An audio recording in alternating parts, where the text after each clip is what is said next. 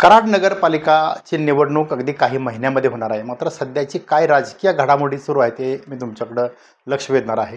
नमस्कार, मी विकास भोसले. खरं तर कराड नगरपालिका ही खूप जुनी आणि एक वेगळी नगरपालिका म्हणून इकडे पाहिलं जातं.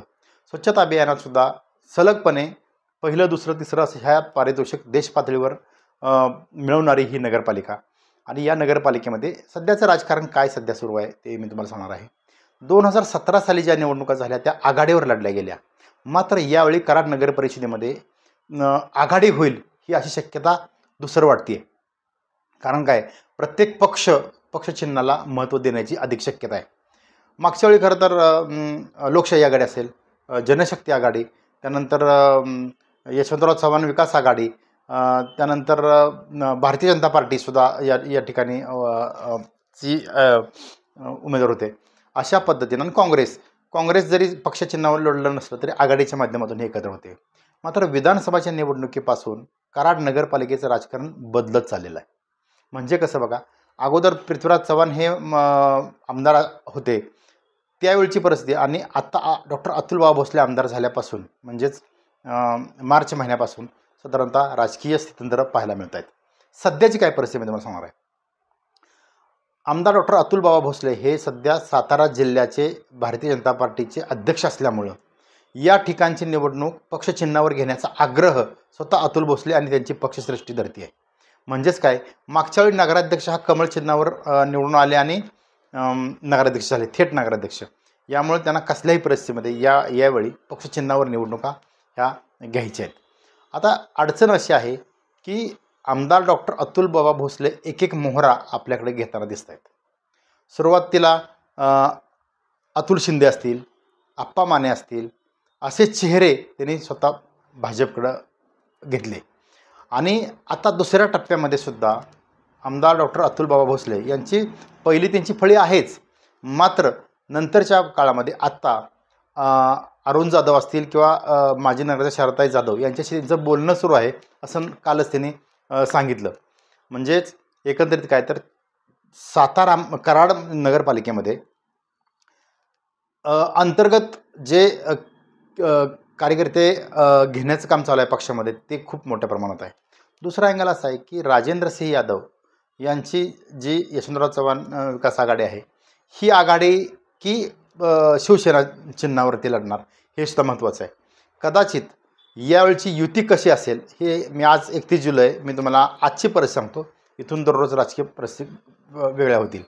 लोकशाही आघाडी म्हणजेच माजी सहकार मंत्री आणि सह्याद्री कारखान्याचे चेअरमन बाळासाहेब पाटील, सुभाष काका पाटील, जयंत काका पाटील यांच्या नेतृत्वाखालील जी लोकशाही आघाडी आहे ही लोकशाही आघाडी स्वतंत्र निवडणूक लढवेल त्यांच्या चिन्हावर.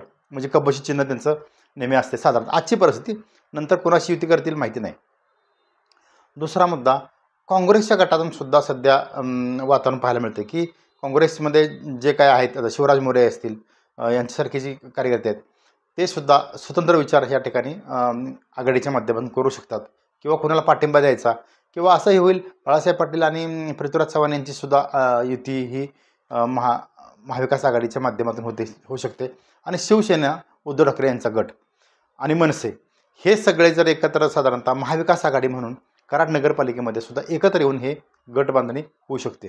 म्हणजे बघा, लोकशाही आघाडी, पृथ्वीराज चव्हाण यांना मानणारा गट, त्यानंतर उद्धव ठाकरे शिवसेना आणि मनसे असा साधारणतः एकंदरीत एकत्र येतील. दुसऱ्या बाजूला आमदार डॉक्टर अतुलबाबा भोसले यांच्यावर पक्षाचं प्रेशर थोडं असणार आहे की महायुती करा म्हणून. पण महायुती करताना कराड दक्षिणमध्ये अडचण अशी आहे की आमदार डॉक्टर अतुलबाबा भोसले आणि उदयसिंह पाटील एकत्र येणार का कराड शहरामध्ये? तर सध्याच्या परिस्थितीत तर तसं दिसत नाही. कारण काय, एकमेकांचे जो टोकाचा असलेला अंतर्गत वाद आहे किंवा वेगळे गट आहेत ते एकत्र येणं शक्य वाटत नाही. एकंदरीत आज काय दिसतंय तर आमदार डॉक्टर अतुलबाबा भोसले यांच्या नेतृत्वाखालील भारतीय जनता पार्टी आणि राजेंद्रसिंह यादव यांच्या नेतृत्वाखालील शिवसेना अशी युती साधारणतः कराड नगरपालिकेत एकत्र निवडणूक लढताना पाहायला मिळेल. तिसरा मुद्दा राहतो उदयसिंह पाटील यांचा गट काय करणार. अडेगड उदयसिंह पाटील यांचा गट स्वतंत्र उमेदवार उभे करू शकतो किंवा ऐनवेळी पक्षाच्या आदेश जर आला तर महायुतीमध्ये सुद्धा सामील होऊ शकतो. म्हणजे साधारणतः जर सीट्स ज्या आपल्या बघितल्या तर त्या सीटच्या वाटाघाटीमध्ये उदयसिंह पाटीलसुद्धा या महायुतीमध्ये सामील होतील असं साधारणतः आज सांगता येणार नाही. मात्र त्या घडामोडी त्या पुढच्या आहेत पक्षश्रेष्ठीच्या आदेशाच्या. म्हणजेच काय, महायुती विरुद्ध महाविकास आघाडी असा सामना साधारणतः कराड नगरपालिकेमध्ये तुम्हाला पाहायला मिळेल. मात्र सर्वांचं एक लक्ष असणार आहे तो म्हणजे नगराध्यक्षपद मिळवणं. आणि हे नगराध्यक्षपद मिळवण्यासाठी सर्वांनीच कंबर कसलेलं आहे. महाविकास आघाडी महायुती एकंदरीतच काय तर कराड नगरपालिकेमध्ये गेल्या अनेक वर्षापासून सुरू असलेलं म्हणजे आघाड्यांचं राजकारण संपून पक्षी राजकारण सुरू होईल असं साधारणतः एकंदरीत आजची परिस्थिती दिसते.